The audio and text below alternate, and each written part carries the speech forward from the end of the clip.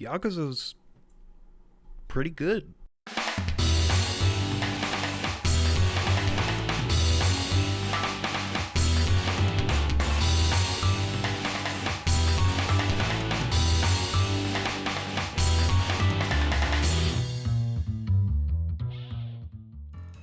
Yakuza's pretty good. Yakuza's good because of its intricately realized adaptations of real-world locations.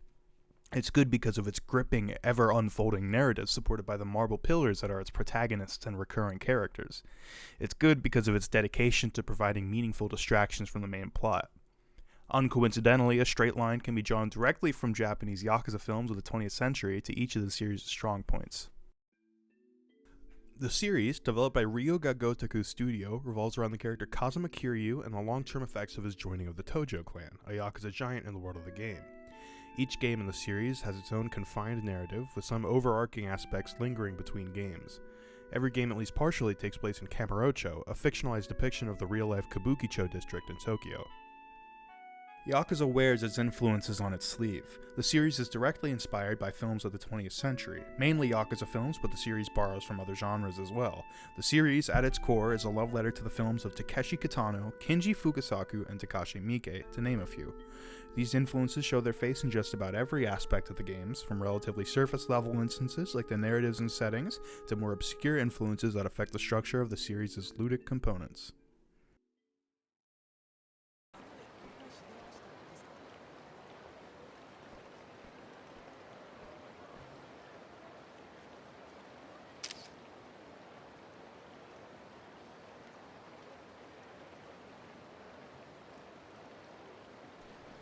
Of course, some comparisons between the narratives of Yakuza and its filmic inspirations are obvious.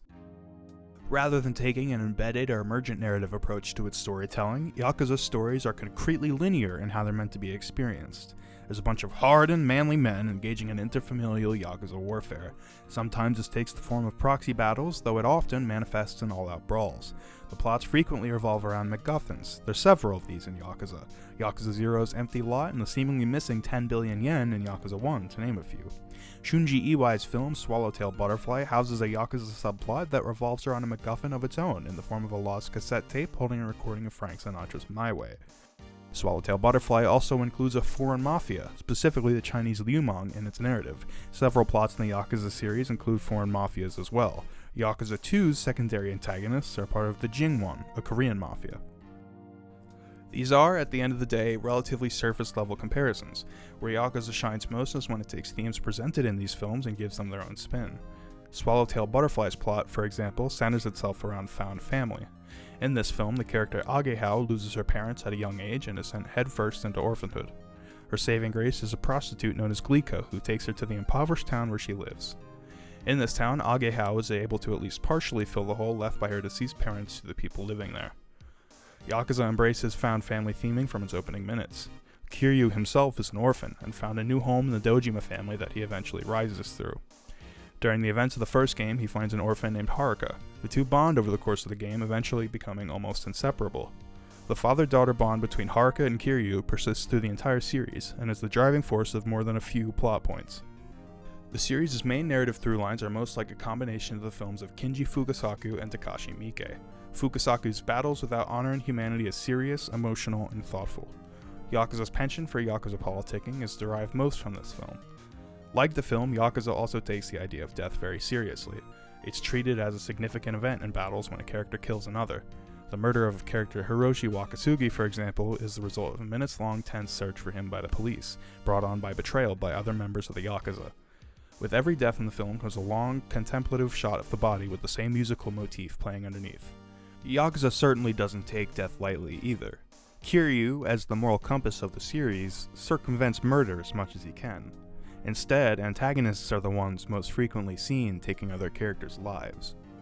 Yakuza uses murder as a way to show the player the true face of the underground. Kiryu's approach is an exception in this world. Neither Battles nor Yakuza glorifies death. Instead, they languish in everything it stands for. Dead or Alive, on the other hand, is almost the complete tonal foil to Battles without honor and humanity. It's over the top, lavish, and absurd in its tone. The first 8 minutes of the film dedicate themselves to showcasing the Tokyo underworld in as maximalist a manner as possible. The fights are excessive and, contrary to Battles, filled with dozens of deaths. The over-the-top nature of Dead or Alive can blatantly be seen in Yakuza. Oftentimes, members of opposing Yakuza families are seen flaunting their social status. The narratives of the games often come to a head with large-scale brawls or one-on-one fights. These fights can be absurd and over-the-top. At one point in Yakuza 2, Kiryu is forced to fight tigers. The Yakuza games bend reality ever so slightly in a way similar to Dead or Alive.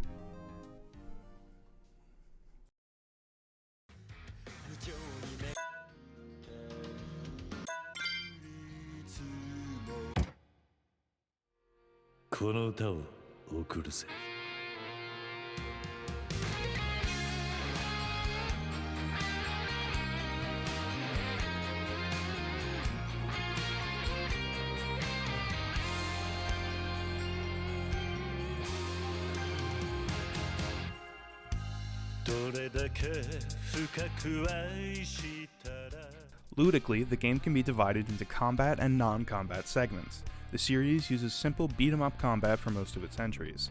While roaming around Kamurocho, you'll often be forced to fight delinquents or members of competing Yakuza families. During these fights, you have the option to use heat actions.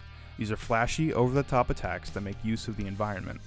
The similarities between the flashiness of the heat actions and the action in Takashi Miike's film Dead or Alive are, they're pretty obvious.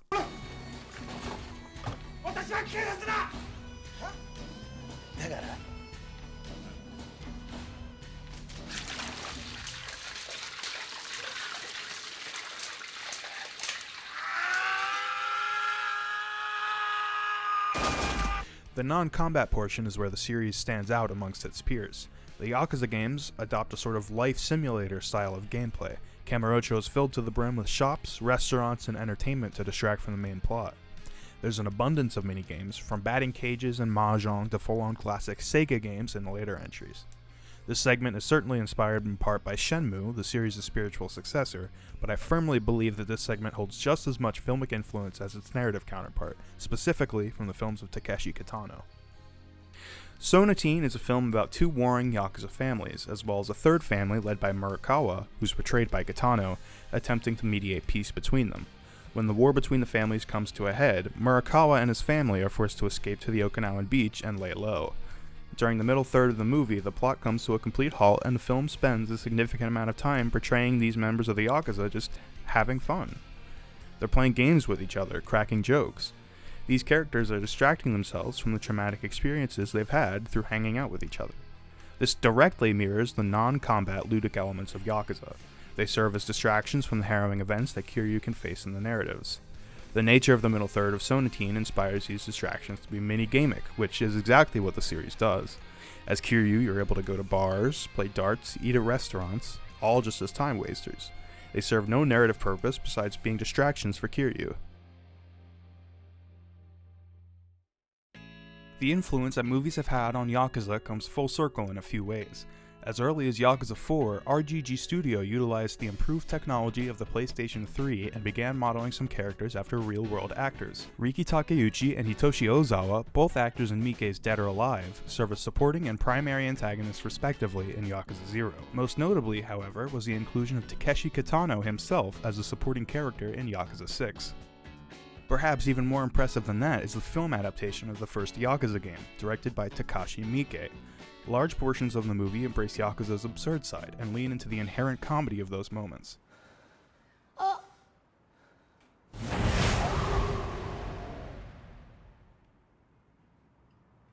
The fact that Miike was more or less able to accurately recreate the tone of Yakuza shows his influence on the series.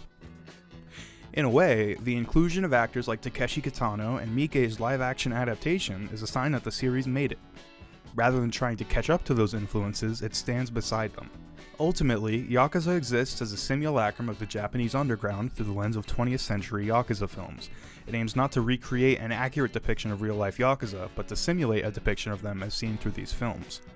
RGG Studio combines the over-the-top maximalism of Takashi Miike, the subdued character work of Takeshi Kitano, and the serious ensemble politicking of Kinji Fukasaku to create their own love letter to the genre.